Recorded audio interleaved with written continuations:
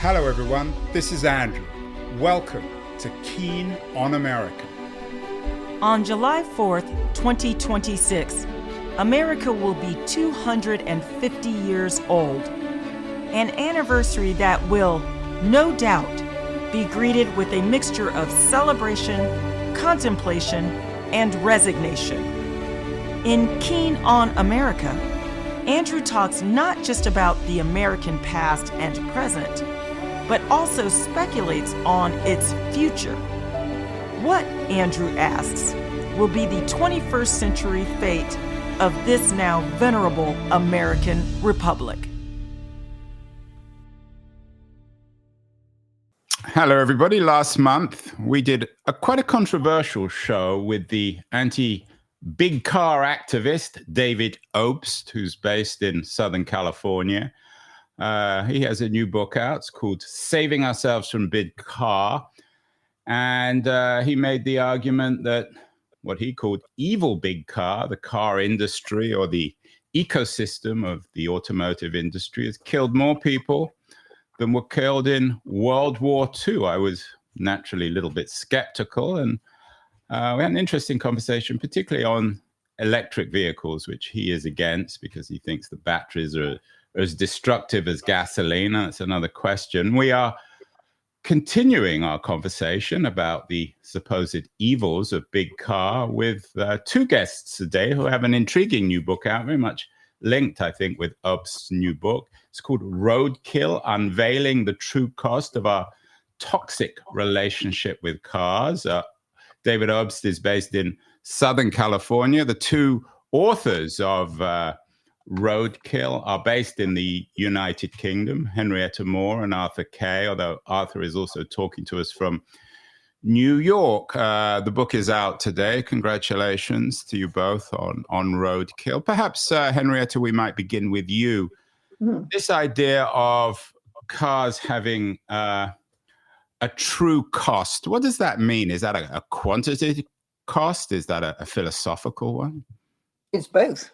We quantify it in the book in a number of ways, and Arthur will probably give you lots of factoids on that in a second or two. But the true cost of it really is understanding what we think the cost of cars is, because people usually think that the cost of their car is whatever they pay for it, which is the big ticket item. But the question is, how much are you actually paying in other ways? So insurance, repair, parking fines, all the things that really cost you money. But in addition to that, there's the cost that it's asking for us to pay socially and environmentally. And perhaps you talked about that last time when you were talking to Bill. But the issue here is, do we really understand how much cars cost us? Or do we just believe that they're really convenient things and we should go on having them as we do? So, Henry, you might introduce yourself because you've spent a lifetime. I know your current gig is running University College London's Institute for Global Prosperity. Do you see this book as coming out of a long history of, shall we say, fighting for the social good? Yes, absolutely, it does. And in a way, it's a pleasure to be able to write such a book. And it's really important, I think, at this moment. But I'm the director of the Institute of Global Prosperity. I started my career as a social anthropologist. And I've been working on issues to do with the Global South, with development, with poverty alleviation, with human rights and gender equality and so on for decades and decades. But in the Institute, what we're interested in is, why aren't governments doing more to improve the quality of ordinary people's lives? So there is a lot more that can be done. And why is it that so many people, even in the 21st century and even in the richest countries of the world, are finding life so unlivable? So cost of energy, cost of housing, cost of food, all of those things. Let's get to Arthur. Arthur, you come to this more as, what would you describe yourself as, a social entrepreneur?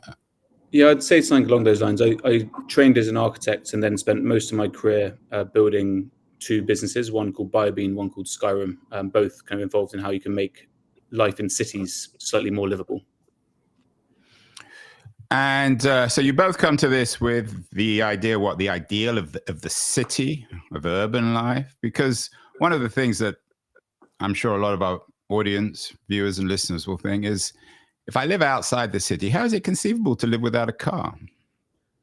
Yeah, well, I think that's a really important point, Andrew, and one we flag in the book several times, but one to nail on the head up front. We're talking very specifically around life in cities in the book, and trying to look at ways in which living with the choice of the car, but not the obligation of the car, can improve quality of life in cities, and everything from the cost of living crisis to not having a premature death, and everything in between. And so there's, we think of the car as, typically because of car adverts, as riding through either empty cities at night. You kind of think of a gleaming BMW kind of going past gleaming buildings, with the sun gleaming on the windshield, or we think of it kind of as a driving through the countryside with no one else on the road. But there's roughly 1.6 billion cars in the world, and there's roughly 1 billion of them are in our cities, and almost the large portion of those cars are stuck. They're static, because 96% of the time cars are actually sitting somewhere, not moving. And it may feel like whenever you're in a traffic jam that everyone has decided to go down the same street you've got. If you're in San Francisco, Andrew, there'll be a traffic jam, probably at kind of 4 or 5 o'clock today, in your neighborhood, and you'll feel like everyone has kind of got up to go at the same time, but actually still most of the time. That's not true in downtown San Francisco. There's not a lot of traffic, because maybe one of the reasons, I'm curious as to what you think on the development of self-driving cars, Waymos, which are now increasingly dominating the streets of San Francisco. They're controversial self-driving cars. Waymo's owned by Google, so it comes with a big tech stamp of approval or disapproval, I guess, how you look at it. But aren't self-driving cars the answer here, Arthur? Well, we've got strong views on this, but I know you're, as a technologist, Andrew, you've I'm sure got some insights as well that I'd love to hear from yours also. But maybe I give my view first, and keen to hear your piece too.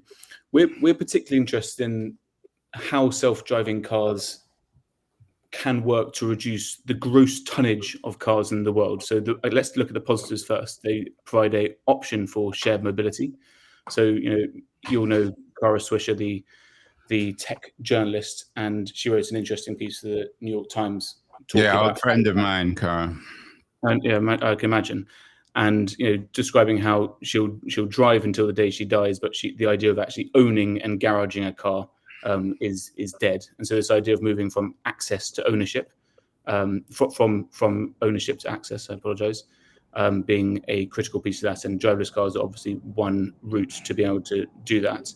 The piece that we're, I guess, more damning about is around two different areas. One is around the surveillance capitalism business model of it. And obviously the reason that people like Google are interested in inventing it is because of the drive for more eyeballs and more attention.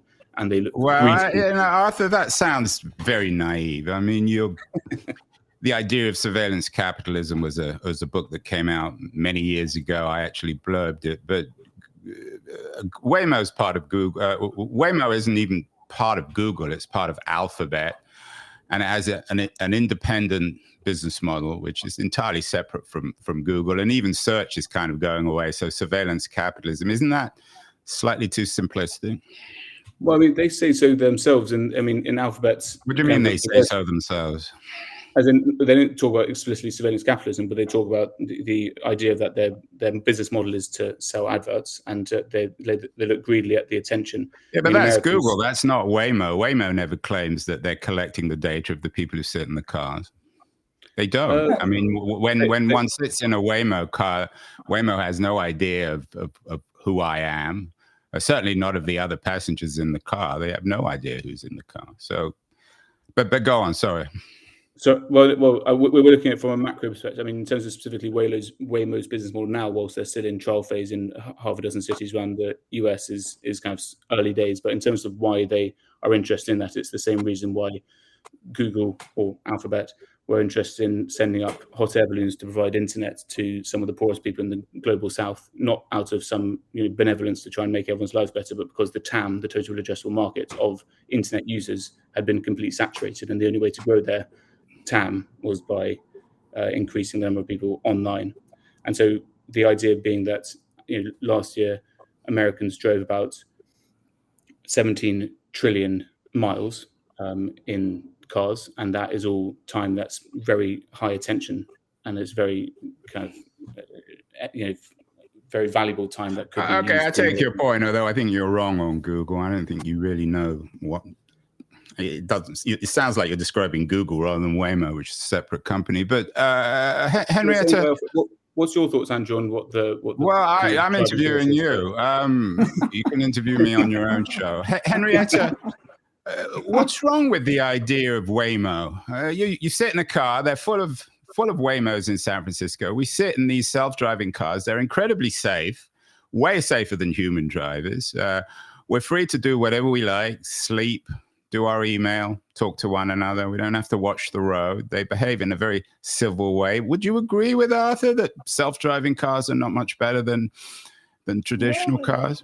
Well, let's try and break down this argument a bit. Okay, so the first thing is a self-driving car is still a car. Yeah, I agree with that. Right, so it's taking up the space in the city. It's probably electric. If it's fully electric, then it's got all the problems of electric cars, which you're familiar with. So it's not exactly... well, let me get into that, because that was one of the things that... Hang on a minute, I haven't finished yet. Go on. So, well, you brought up electric cars. I do want to come back to that, but... Yeah, you can come back to electric cars. So it's a car. That's its first problem, right? We've got one car on the planet for every 5 people at the moment. And those cars are taking up far too much space. So we need to get rid of that gross tonnage. That's the first problem. The second problem is that cars which are driverless are only as safe as the software. So, you know that as well as anybody else. And there can be all kinds of problems. And anyway, in the big Black Hat Asia cybersecurity event that took place in 2025, there was a lot of stuff about how these cars are not fantastically safe because they can be hacked into. Now, we've already got a whole bunch of people in the world who seem to think that the way to get on with their neighbors is to drive cars into groups of people who are enjoying themselves on the street. So we don't really want to be looking at other ways of having lunatics being able to do the same kind of thing. So I think there are all kinds of arguments we can make about cars and technology.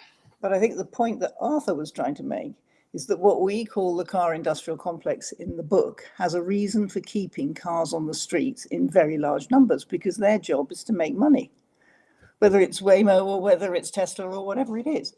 So do you know, as a citizen, for example, how much the wool is being pulled over your eyes? And is it being pulled over your eyes at all, or is it not? Well, let's get to this issue of electric cars. Which was one of the areas where David Obbs was very outspoken and perhaps controversial in his argument that the electric vehicle wasn't in any better. Essentially, the battery is just as bad for the environment as oil-powered cars or petrol-powered cars. We did a show also recently with Bill McKibben. Your book actually got reviewed in the FT alongside Bill's new book, which is called Here Comes the Sun, A Last Chance for the Climate and a Fresh Chance for Civilization. Just to be clear, Bill is not a spokesman for big car. We didn't talk that much about cars, but he is very much sympathetic to the idea of the solar-powered revolution, and particularly of EVs and indeed of e-bicycles. You earlier said, Henrietta, that there are deep problems with electric vehicles. Why, from an environmental point of view? Do you agree with Obbs that there isn't really ultimately that much environmental difference between an electronic, an EV and a gas-powered car? No, I don't. I think that's rather glossing things too much. There are loads of differences environmentally. I mean, not least, the question of where all the oil is isn't where all the lithium is. So, the geopolitics of this is utterly different. But I think that the other thing we need to bear in mind is in the book, what we're asking is not, as I've said, whether one is worse than the other. Actually, EVs are obviously better in some straightforward sense than ordinary cars. But the problem is we don't want loads and loads of them all over our streets in the same way that we've got ordinary cars all over our streets. And we certainly don't want loads and loads of them that are not being driven by individuals who can make decisions. So it's one thing to have a few cars being self-driving in San Francisco at the moment, it would be very, very different if they were all self-driving and no human was in charge of them. Because you would have to assume that those cars were making a decision. So how is that decision being made? And who's behind that decision? Is this a software decision? Is this a risk-averse decision? How is that algorithm running? Who's setting that algorithm? Who's responsible for it? So there are all those kinds of questions to be answered. But I think that the thing I'm concerned about in the book is when we think about fossil fuels, or indeed about lithium, how much responsibility do we, sitting in London or San Francisco or New York or Jakarta or Shanghai, have for thinking about people who live at a great distance from us? So historically, we've been happy to develop the car without having any thought for anybody who's living next to an oil well, even if that oil well's in the United States or Canada. But nowadays, if we're ruining the Atacama desert, do we have any kind of moral responsibility, any of us, for trying to develop technologies? Because we're living in the 21st century now. This isn't a gold rush situation. It isn't the 19th century anymore, where we can just walk into someone else's country and extract what we want, and who cares what the consequences are. So those are the kinds of things that I think are different. David, so perhaps, Arthur, we may get into the geopolitics. Henrietta talks about walking into the Atacama desert and taking the lithium or the other rare mineral that's required for making batteries. We've actually done a number of shows on that, including a documentary movie made specifically about that. We also did a film we also did a book called Red. Was it Cobalt Red? Cobalt Red. Yeah, about the impact. Arthur, in your view, is there a kind of a moral and an environmental equivalence between lithium and oil? Are they essentially as bad as each other? And the geopolitical consequences of, I don't know, invading Iraq versus colonizing Congo, are they basically the same thing in your view? I wouldn't go say they're the same thing, but it's more a model of extractivism, regardless, and or kind of colonial approach to kind of taking each other's stuff, whether you're paying for it at a low price or whether you're invading a country to do so, is not a model we want to kind of continue. We recognize some of the challenges geopolitically and others, ranging from major foreign wars, ranging from massive human life cost to human life, ranging from polluting our environment, ranging from energy security. I mean, a lot of the reasons that since the kind of lack of popularity of the Middle Eastern wars in the US, onshoring so much oil production and now becoming a net exporter of energy that the US has done is primarily around energy security and being able to control your kind of domestic energy market and some price stability for your citizens as well. So it's not as direct as saying one's better than the other. It's more saying that are there ways in which we can move away from this extractivist model, and the car is the biggest by some margin consumer of oil, and also soon to be is already the biggest consumer of these rare earth metals as well in terms of their usage of batteries. Let's talk about China, one of the largest electric vehicle manufacturers now in the world is BYD. Not allowed to be sold in the US, but very popular elsewhere. The Chinese are pioneering solar power, electric vehicles, and indeed the extraction, what you call the extraction economy or the extraction economics of lithium, and their involvement in the African in Africa is very controversial. Some people might be listening. Zia Mabani, for example, one of our frequent guests from Singapore, would say, well, you Westerners, you've had your time. Now your argument in Roadkill or in Big Car is essentially a veiled critique of China. China's having its moment. It's pioneering a new kind of car, a new kind of electric energy, as well as perhaps a new kind of diplomacy. Arthur, is there something in that? Are you analysts based in London or New York? Are you really just nostalgic for a Western way of life, which the Chinese are replacing? Arthur? I think Arthur's frozen. We've frozen Arthur because it's probably Waymo or the Chinese or Google or some other. Oh, there he is. He's back. Google Arthur. or Waymo or something. Yeah. Arthur, are you ready to go or shall I go there? Why don't you have a shot at that, Henrietta, and then we'll come back to Arthur. Well, I think, there's lots of conspiracy theories between America and China, and I don't really want to get into all of that. But what I would say is that the key thing that the Chinese are doing is being hugely innovative in regard to the car sector. And they know that there is a great deal of money to be made. But equally, lots of ordinary people in China are still moving around on their bicycles. So the issue for China is really, have they got the balance right? So there are 2 or 3 things to consider there. So one is, how are they generating the electricity that's actually powering the electric cars? So if you want your car to be completely green, it isn't just that it has to be electric and run on a battery, but the way that you generate the energy has also to be green. So China is doing lots in that area in terms of solar power, but equally it's still doing lots in terms of coal-fired power stations.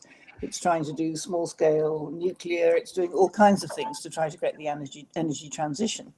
And one of the big issues, for example, for the Global South is how many of those Global South countries can actually transition quickly to renewable energy. And if they can't, then actually putting a whole load of electric cars on the road is just actually pumping up the amount of fossil fuel that you're using. So I don't think it's so much about a conspiracy or against China, nor is it we in the West have decided that we want to carry on living our way of life.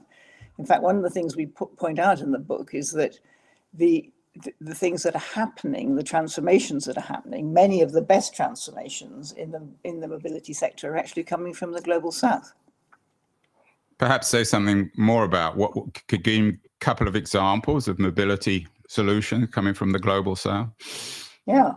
So, for example, if you're talking about how do you maintain choice in systems, so take the Kenya Matatu system, for example. So this is a almost just-in-time, on-demand system that works perfectly well. It moves loads of large numbers of people across Nairobi and across many other cities in Kenya. But the point about it is that for a long time from the West, people were looking at this in very informal mobility system and saying, well, it's just not up to scratch. It's not good enough because it's not actually a train system. It's not actually a bus system. So explain what it is, because I was in Nairobi actually last month. I'm curious. Great. And did you take a matatu? No. Right. So you weren't driving in a car probably. But if you were an ordinary citizen in Nairobi, then the bus routes and the trains no longer go to the places you really need them. So if you want to get home and come in the morning, you would have seen all of those sort of small van type vehicles which move around, and they pick people up where they live and they drop them off where they work. Now that kind of informal system can be improved enormously by taking a digital platform, which has now happened, planning those routes, making them integrate with other routes and other kinds of transport mobility. So lots of Kenyans move around without either needing a car or thinking about a car. But the issue is that when people have become wealthier, the first thing they want to do is buy a car.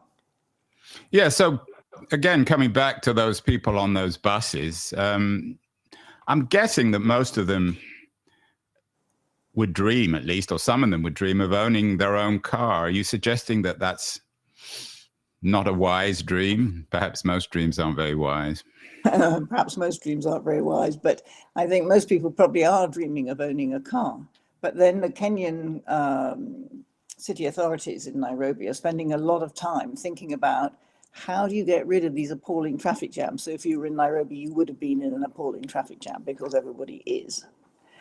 And we can't have a future where we imagine that everybody who's currently sitting on a matatu actually owns a car, because we would have so many cars on the streets of Nairobi at that point that we wouldn't be able to move at all. So what the city needs is clean air, mobility choices, integrated mobility choices, and so on. And they have to do it under considerable financial constraint compared to, say, San Francisco. Yeah, and I mean, I don't want to turn this into a Kenya conversation, but the roads in Nairobi were appalling as well, which adds to the chaos. Are we, Arthur, do we have you back? I know you popped off for a second. Yes, I can hear you, and sorry for the terrible connection. Let me get to the core of the book. You argue that cars, and I'm quoting from some of the publicity blurbs for the book, that cars have killed 60 to 80 million people since their invention, more than the deaths of World War I and World War II combined. Two questions on that. What exactly does that mean? And secondly, should we be using that kind of language? Yeah, well, I guess that's looking at it from a direct death perspective. If we look at premature deaths from things like air quality and other means, or people seriously injured, that number would be much, much higher. But that's in terms of direct deaths, and a United Nations figure for that. In terms of the use of the language, you're right, it is provocative and intentionally so. And it's really to try and highlight the proactive decision we're making. The kind of one of the starting points for this book was looking around our city and thinking about the agency that we have in terms of how our cities have been designed. I mean, I grew up in London in the 1990s, and it was an assumption that the way you moved around your city was primarily by car. We are what we call in the book, we're car blind, because it's simply the water that we are swimming in is around cars and car infrastructure. And it was one of the revelations in writing the book was how late a lot of this stuff actually happened. I kind of was in this kind of narrative in my mind that everyone was pootling along, having a terrible time, not being able to get around anywhere because of horses being kind of smelly and expensive. And then Henry Ford came along and everything was awesome after that. And then aren't we lucky to have them? And what I guess we discovered through writing the book was actually the car industrial complex didn't really come into full force until after the end of the Second World War. And it was this American financing and this American model of urbanism that has been exported all over the world and helped redefine and rebuild our cities in their image. But really let me come into that. I mean, so it sounds to me like your argument is against, in many ways, the American city. But when you come to London, I mean, of course, London is full of cars, but it has an excellent public transportation system, certainly excellent compared to anywhere in the United States. People walk a lot. Is the car so central to somewhere like London? I grew up there too, and when I think of London, I think most of all of its public transportation system. Well, I'm glad. I'm a board member of Transport for London, Andrew. So I'm thrilled to hear you say that. I mean, but it's not always been the case. So I mean, even today, I mean, you would think of London as a pretty good public transport city. I would agree with you, and also quite pro walking and cycling and other means of transport. But today, 80% of London's public space is given over to the car through car parking spaces and through car-related infrastructure. So I kind of intuitively agree with you, and that's how I feel. But that's also comparing it to maybe some pretty bad examples in terms of maybe that number's even higher in other places. And it's just that we've given over a large portion of our, knowingly or unknowingly, of our freedoms to the car. So we write in the book a little bit about things like the freedom to roam, about how far kids have been able to wander from their home, and there's a whole bunch of factors around that. But if you look at some of the studies and kind of in terms of when you ask parents what's meaning that they want to stay home, the leading factor, I mean, there's other things like risk of the child being kidnapped and that kind of stuff, but the leading factor is around cars and But isn't that safety. A degree of paranoia? As I'm sure the roads were much less safe in the 60s or 70s, and yet parents, for one reason or other, which had nothing to do with the car, were simply more relaxed about letting their kids wander around. Yeah, I think there's a whole bunch of contributing factors to it for sure. And I'm maybe thinking, I think the study that I'm referring to here is looking at kind of a 1950s starting point, and then through 4 generations of people living in the same neighborhood in Sheffield, and as that family evolves through that neighborhood. So you're right, 60s, 70s, 80s. There have been different levels of car safety and car standards. So you talk about public space in London. It's an interesting point about 80% of the public space is given over to cars.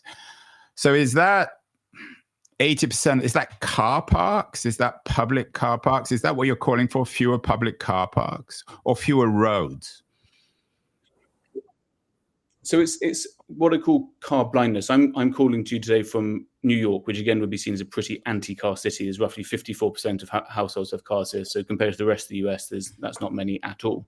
The apartment block I'm staying in, if you walk down the street, there are 5, because of the way that the subsidiary roads work, there are 5 long rows of parked cars all the way along the street. And so when we talk about car blindness, we're literally just talking about noticing how many gross tons of car there are in our lives. Those are parked cars. Obviously, then crossing the road, there are other elements of it, and also obviously the infrastructure. So that's the roads are being given over to it. And so, in the US, the extraordinary fact is that there's more housing for cars, i.e. car parking space, than there is housing for people. So we make a whole bunch of decisions, and these are proactive decisions. I guess what Henrietta and I are both trying to emphasize in this book is not that cars are evil and that you're a bad person if you drive one or anything even close to that. What we're saying is that decisions have been made or not made along the road to be able to prioritize or not prioritize cars and car parking spaces and car related infrastructure. The very beginning of what we're trying to suggest with this is be aware of that. Remove car blindness from your life and see where that is all going and how you're choosing to live your life. So and how you talked about this 80%. Then from that, public space in a city is given over to a car. Most of that then you're suggesting is on roads or streets which enable parking. Is that the argument? Yes. So if you were to not have the car, you would need much. It would liberate, in your view, it would somehow liberate the streets, create more space. Yeah, of course it would, and it already has, exactly. where it's happened.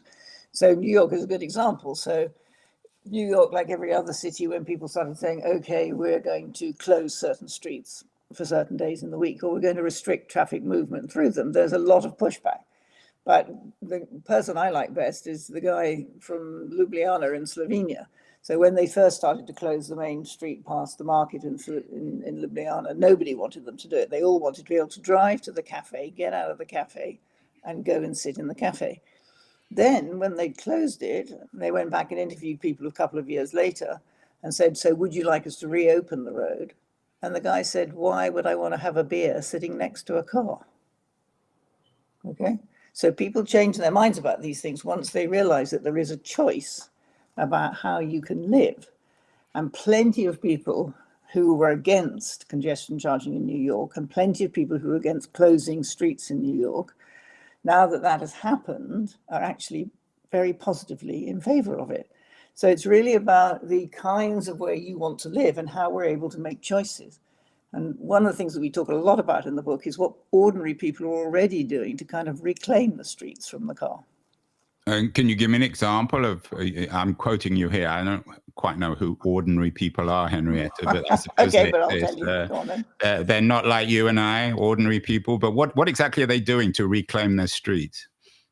Well, what they're doing is, for example, saying that that they want to be able to move around their neighborhood in new ways. So they're getting together and saying, okay, we are going to restrict car movement, or we're pushing our local authorities so that we can have a lane that goes alongside the road that allows you to rollerblade or to cycle to school. So you can take the example of someone in Barcelona, whom I'm often quote, who said, yes, we used to be in that situation before we had this way of getting to school easily, where we had to jump in the car in the morning, everything was a rush, the kids were in a rush, then we're in the traffic jam, then we go to school, everybody's upset, everybody's trying to get to the school, leave their kids, etc. And said, now my eldest son, who's 9, walks to school by himself with his friends because he's safe to do so. And my younger daughter... This is in Barcelona. Yeah, cities all over the world. It's not your kids, it's ordinary people's kids. No, it could be my kids, could be my grandson. But I mean, what I mean is, when I say ordinary people, is that you're not actually the local authorities. So you're not a council official, or you're not a business, or you're not whatever. It's just people who are living in the area. So you're just residents of the area who are getting together and working with, indeed, local city authorities or with local businesses to try to improve how they can move around the street. And a lot of that also is asking for different things to happen around the planning so that you can actually get small shops back close to you so you can go out in the morning and buy things that you need without having to get in the car and go there. So that's already happening, the sort of de-suburbanization of cities.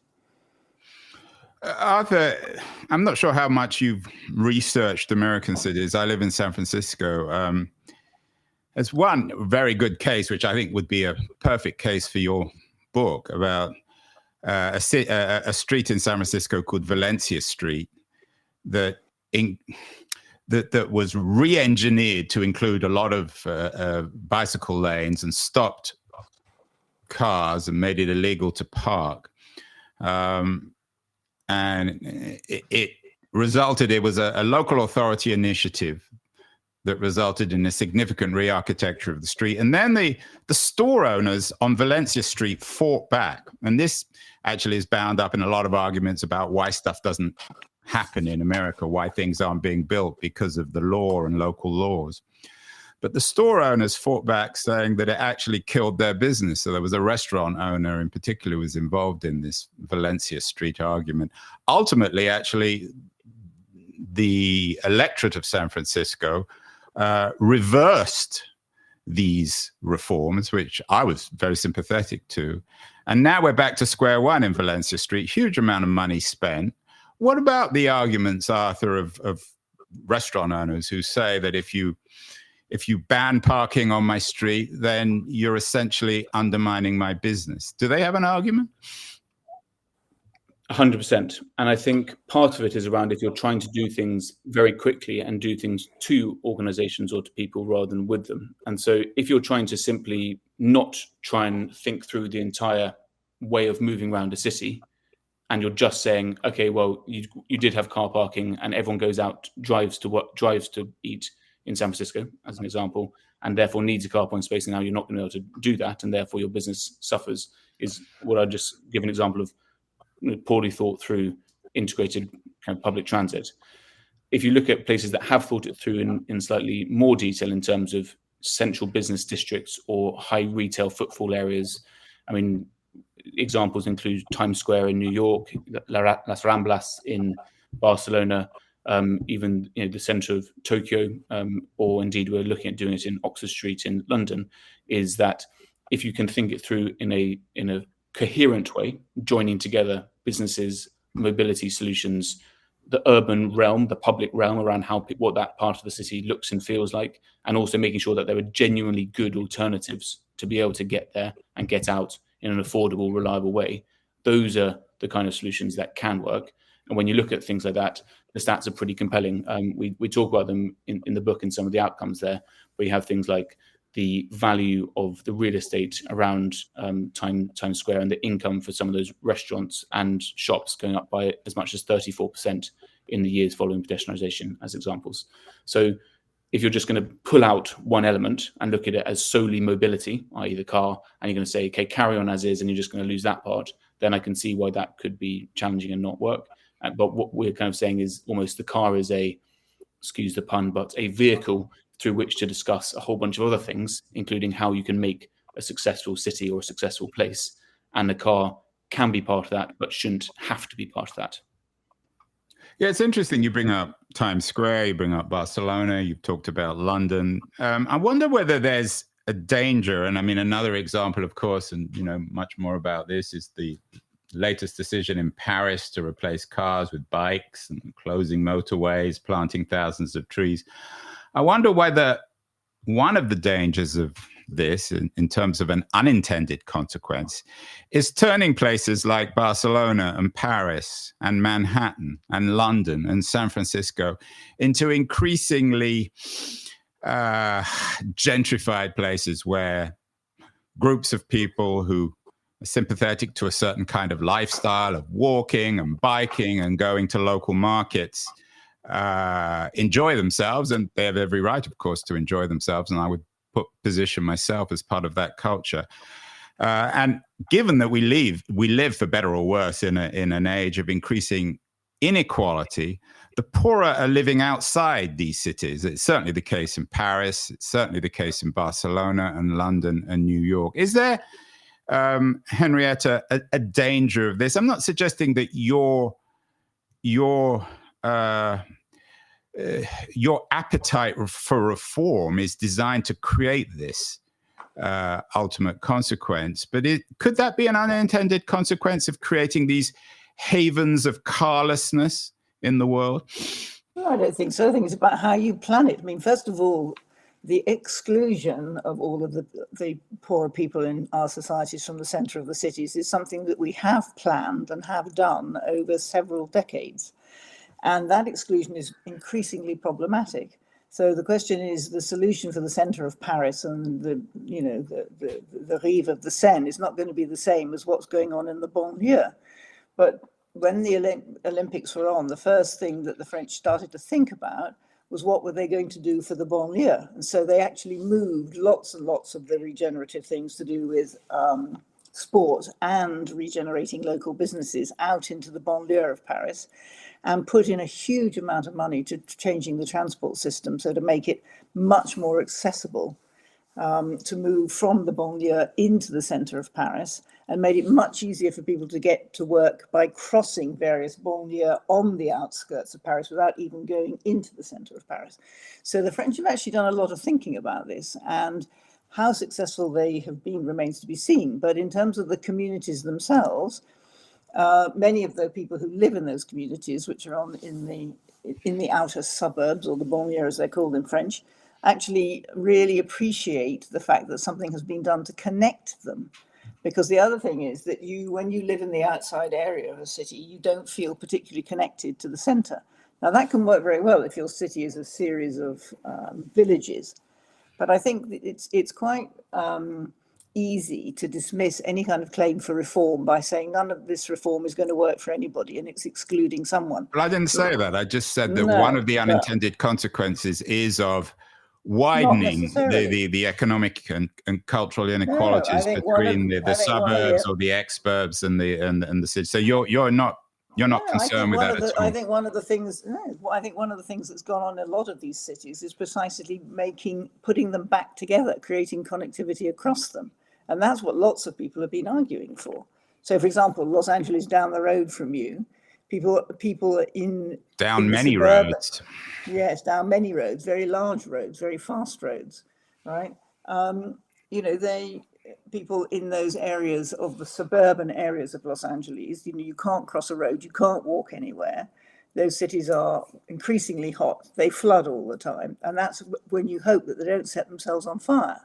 So basically what people have been doing there is getting together and saying, okay, we need a different way of moving around this city. So local organizations, local civil society organizations getting together with residents to work out how they can make the back streets between houses safer spaces, greener spaces, walking spaces, to allow themselves to be able to move around the city. And Los Angeles has done a huge amount of that, and also channels now a lot of its water from those green spaces into tanked reservoirs in order to use for other kinds of purposes when it's necessary. So there are a lot of good things. Los Angeles is a model. I mean, I don't know when the last time you were there. I go there quite often. Well, the traffic doesn't seem to be any better than it's ever been. Well, I was there last 2 months ago, but I mean, and I'm a regular visitor. But what I would say is that there are lots of good things that are happening. And if you want to argue about, what happens to ordinary people who are living in banlieue parts or suburban areas of the city, I think we have to look at what's being done in those areas. It's all about location, not about one model that fits everybody. So Arthur, sorry, we interrupted you. Sorry, no, but you're right, Andrew, in terms of with the book, we've intentionally tried to look not just at kind of the quote unquote the obvious places like Amsterdam or Copenhagen or Helsinki. I knew you were going to bring up the Danish card. That's always the danger one. When I know when people bring up Copenhagen, they're on their last legs, but go on. Exactly. So we proactively or their last wheels, shall we say? Exactly. So we proactively looked at places like Los Angeles, like Seoul in South Korea. An example I love is in the the great state of Texas in Dallas, where in the Southern Gateway Park, they're developing this amazing piece. And I bring this up because you're talking about kind of knitting kind of what are the solutions in some of the suburban or ex-urban areas, and this is a great example of that. There's a highway, the I-35E, between Ewing and Marsalis Avenues, which is currently in the 60s a huge 11 or 12 lane highway cut through southern Dallas. And they've developed a really interesting new typology that is already being replicated around the world, called a cap park, which is essentially building imagine, if you will, Andrew, a long bridge between these two communities and knitting them together again in.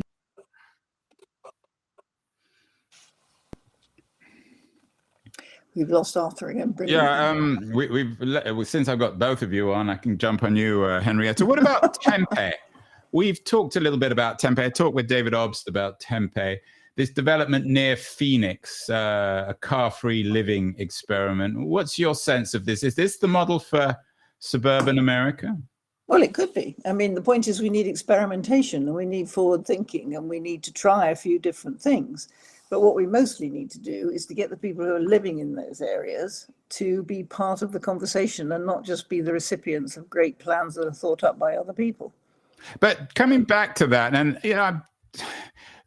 bringing up another example of San Francisco, there's a mile road on the coast, on the Pacific coast, that got closed at the weekends for walkers and bikers. And then there was a local initiative to close it formally. And it was passed, and now there's a massive reaction, and local residents are up in arms. They've recalled their local congressman, and it's become enormously controversial. So there is a strong, whether you like it or not, it's a reality. I'm not sympathetic to it. In fact, I walked on this strip at the weekend. There are many people who are up in arms about the closing of roads. You talk about all these local initiatives, Henrietta, but the other side of the coin is this, maybe we might call it reactionary populism, that suggests that people want to be able to drive their cars wherever they want. They want to be able to park it. They don't want road closures. So how would you respond to that? Well, I mean, this is what the book is about. I mean, a large part of the book is about what we understand by freedoms. So, for example, when this happens everywhere in the world, but one place it happened was Oxford in England, and there was a person living there who wrote to me the whole time to complain about many things. Let's call him John Oxford. So John Oxford wrote to me all the time saying, "I want to be able to drive ordinary people, Henrietta. John Oxford." Yeah. John Oxford, I want to be able to drive anywhere I like. And you used to be a professor at Oxford, so you weren't an ordinary person, were you? I wasn't a professor at Oxford, but yes. Well, you're a professor at Cambridge, over the road. So he was driving around saying to me, I want to be able to park anywhere, do what I like. If I want to park there, I don't see why I can't. I don't see why I should have to travel at 20 miles an hour.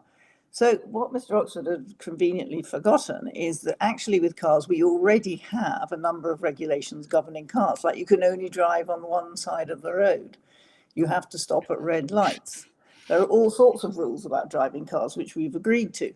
And we've agreed them amongst ourselves because we think that it's better for us if we do. So what we say in the book is, okay, so once you've listened to all of the downsides of various things, giving up all the space in your life to cars and the pollution it causes and the other problems, would you like to get together and come up with some ideas about what you would like in your neighborhood? Now, not everybody's done that everywhere, but there are a lot of very good examples across the world where people have. And one of them, which works quite well, for example, again, going back to Barcelona for a second, is the idea that there are these new blocks in Barcelona. And if you live there, you can drive your car in and out as normal. But if you don't live there, you can't just drive through them on your way to go somewhere else, right? You have to take a different route. Now, there's been a lot of protest about these things, but there's also been a lot of positive response. And the citizens of Barcelona are very in favor of their block system. So you have to take into account the fact that you're going to have challenge. These are democratic societies. Obviously, there's going to be challenge and dispute. Yeah, it's interesting you bring up Barcelona. In a sense, we might sort of as a sort of umbrella maybe movement to claim back the city. I mean, I know Barcelona's also passed a number of initiatives on Airbnb and Uber, and there's the beginnings in Barcelona of an anti-tourist movement. Finally, I mean, I think, Arthur, we're back with you. I take some of your points in Roadkill. I mean, I'm very much on your side, but I'm not sure it will always work in the United States. Is there a broader politics to this that goes beyond car policy, perhaps touches on tourism and startups like Airbnb, not so much of a startup now, these sort of sharing economy technologies which revise how we think about real estate and ownership? Is there a broader political movement here? I think there is, Andrew. I mean, we're really at the nub of the book is this idea around freedom, and this idea that we think that one should be able to drive and have the option to drive, but not the obligation to. And Americans and like all people around the world love freedom and love the feeling of that as well. And we argue that the car industrial complex has tried to hem some of that in. And in the same way that, when the first people to kind of pitch, when the guys from Airbnb first pitched it, people kind of thought this was crazy, staying in a stranger's couch or air mattress and paying a bit less than a hotel seems like such a bonkers idea that it's what would be the benefit to it and where's the value add, and it seems very risky and dangerous. And the same with Uber, that we would get in someone else's car. And the same with Uber. So I think this idea of moving towards a model of shared mobility, which is a big strong trend and will hopefully continue, and access over ownership is a really good step. It should help reduce the gross tonnage of car in the world. I think some of the early studies are suggesting that actually that's not exactly what's happening. I mean, from a study from some of the metadata from Uber and Lyft, for example, showed that they're actually idling, i.e. traveling around but without a passenger, for around 60% of the time. And if you then extrapolate that out into a scenario when there's going to be wider use of driverless cars or semi-supervised vehicle fleets, then that cost of idling is going to become even lower. So it'll be and the time of the percentage of idling is going to be even higher. And so it's going to be interesting the impact that this is going to have on congestion, on pollution, on how we design our cities, on where people choose to live, and then in terms of the stuff that we're really kind of the center of this book is around the cost of living crisis and around how the car is. Yeah, so broader conversation. Let's end with Henrietta. Would it be fair to say, Henrietta, that we are juxtaposing two kinds of freedom, 20th and 21st century freedom, and that 20th century freedom was built around the car and the idea that we should all have the right to drive wherever we wanted, whenever we wanted, and we need to rethink freedom in the 21st century? Yeah, that's absolutely what the book argues. And we say, you can think that the car is convenient, but how convenient is it to have carbon in the bodies of unborn children? How convenient is it that young men in those big cities in the world are now, because of air pollution, about half as fertile as their grandfathers were? How convenient are these kinds of things? What constraints on freedom are there that we've imposed on ourselves? And have we really understood how the car is sold to us as always maximizing our freedoms, but is it actually constraining them as well? There you have it. Freedom isn't really freedom, especially when it comes to cars. That's the argument in a really interesting new book. And seems to be a number of these books, and rather like car traffic. Roadkill, unveiling the true cost of our toxic relationship with cars, by Henrietta Moore and Arthur Kay. Arthur in New York, Henrietta in London. Thank you so much. Congratulations on the book. And good luck. I hope, I would love to see cars banned, but what do I know? Thank you so much. Thank you.